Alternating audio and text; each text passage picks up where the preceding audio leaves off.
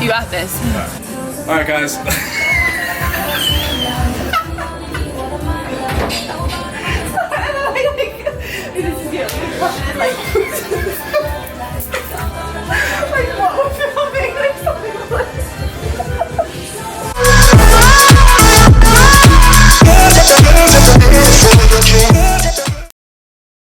Well, now that the fun and jokes are out of the way.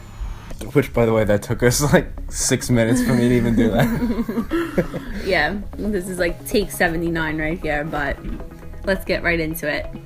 So, first thing I'm going over with Liz here is bar height, where you want to have the bar when you're starting to get into your squat. So, I'm showing her that you don't want it to be too low to where you're doing basically like a full squat just to even get the bar out, and you don't want it to be too high to where you have to stand on your tippy toes and walk it out. It's just gonna make it awkward and, you know, make it harder for you to get in a good position. And then after that, after you get your rack height, you're gonna go into hand placement. Hand placement, a lot of hand placement is completely personal preference. The main thing you want to worry about is just you want to get your hands in a position where it's not too wide, not too tight, not too close, to where you can get a really good squeeze and really tighten up your upper back as much as you possibly can without hurting your shoulders or without being uncomfortable. Once you have your hands, you know, where you want them to be on the bar, the next thing you're going to worry about before you even get under the bar is make sure you center yourself underneath the bar. So for me, for example, I use my hands as like a little guide to figure out where the center is. So I cut the distance from where my hands are, and I kind of just like envision where the middle of the bar is right before I get under it. So after that, you're going to be getting under the bar. I'm a low bar squatter. I keep the bar pretty low on my back. Same thing, that's another thing that's personal preference for you, whichever is more comfortable for you. Low bar, usually the bar placement is like just below your shoulder blades, and high bar is just below your neck. So always a big thing is when you're unracking, you want to unrack it as if you're going right into a squat. So you don't want to unrack it very lazy, you don't want to half-ass it. So once you stand up tall within the rack, then you're going to begin your walkout. Always with the walkout, you want to take it very slow. Just take it one step at a time. Usually you unrack, just go 1 foot back, another foot back, and then set your feet, you know, get them straight and take it from there. So once you walk the weight out, me personally, I'm a very wide stance squatter. It's what's comfortable for me. It's what plays on my strengths. Someone like Liz is going to be a little more of a narrow stance. She's, you know, a shorter person. I'm 6 feet tall. I'm over 6 feet tall, so it's easier for me to take a wide stance. You're going to make sure you set your feet. You're going to make sure you create a lot of tension in your legs, and you're going to squeeze your glutes as hard as you can and lock your knees and really screw your feet into the floor. Same like the deadlift. Pretend like you're a monkey and you're really screwing those feet into the floor, and you're going to keep your toes slightly pointed out a little bit and just really create a lot of tension in your leg. You want to keep your spine very neutral, and you don't want it to be too overextended, you don't want it to be too falling forward. You want to keep it in a very neutral position. And then as you go into your squat, the key thing of when you get down into the hole, you want to make sure you force your knees out on the way up, and you really want to lead with your upper back on the way up, and you want to really drive into the bar as hard as you possibly can. As I'm going over here with Liz, once you create the tension in your legs, you get your feet set, you create all the tension in your legs, you really lock your glutes, you have a nice stable base underneath you. From there, you want to make sure the same thing, you have your upper back nice and tight, you have your lats tight, and keep a nice neutral spine. Now once you get in that position, you have everything set, you're nice and tight, you have everything locked, that's when you're going to start to take your brace now. And you're going to, same thing as in like the deadlifts, you're going to take a nice deep breath into your stomach, really tighten up your core, and that's going to help you get more stable, get nice and tight, and get you ready to go into a squat. You can see here, I have one hand on my chest, one hand on my stomach, and that helps you to practice that brace and focus the breathing, because you don't want to bring your breath into your chest and let your chest rise. Take a deep breath into your stomach and really bring your rib cage down.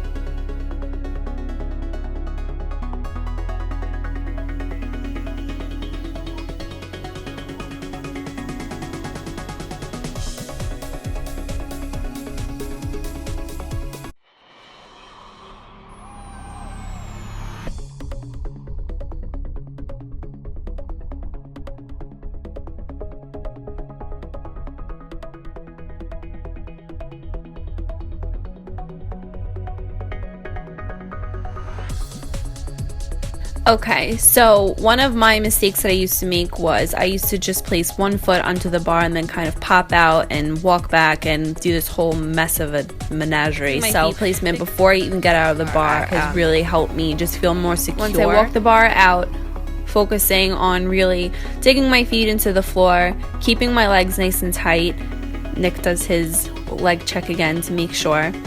Keeping my back nice and tight and pushing those elbows down. So then another thing is that I was really not keeping that neutral spine, so just kind of tucking your butt in, keeping it nice and straight. So if you were looking at me from the side, you would see a nice straight neutral back. So here I'm really stressing the importance to Liz about chest placement and where your eyes are.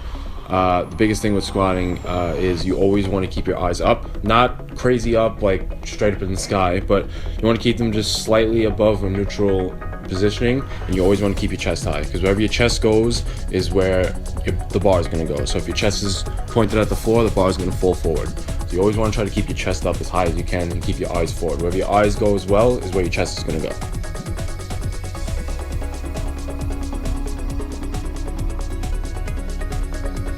Here I'm showing the differences, you know, when you're having your eyes down and your head down, where your chest is going to go, and say when you drop, you're not in a good position and it's easier for you to fall forward.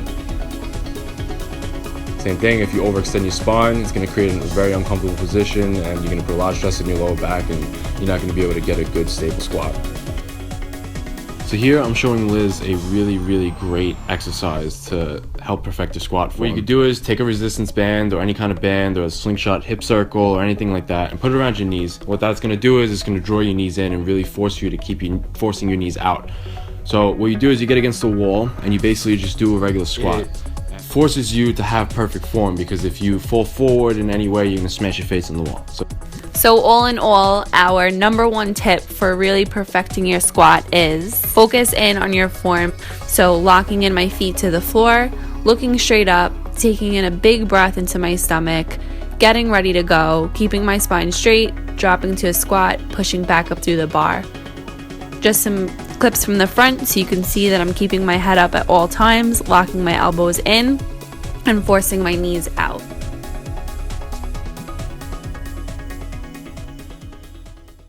Alright guys, thanks so much for tuning in. I hope you stay tuned for our next video. We're going to be going over the bench press. So thanks so much. If you have any questions, be sure to drop them in the comments below. Catch you next time.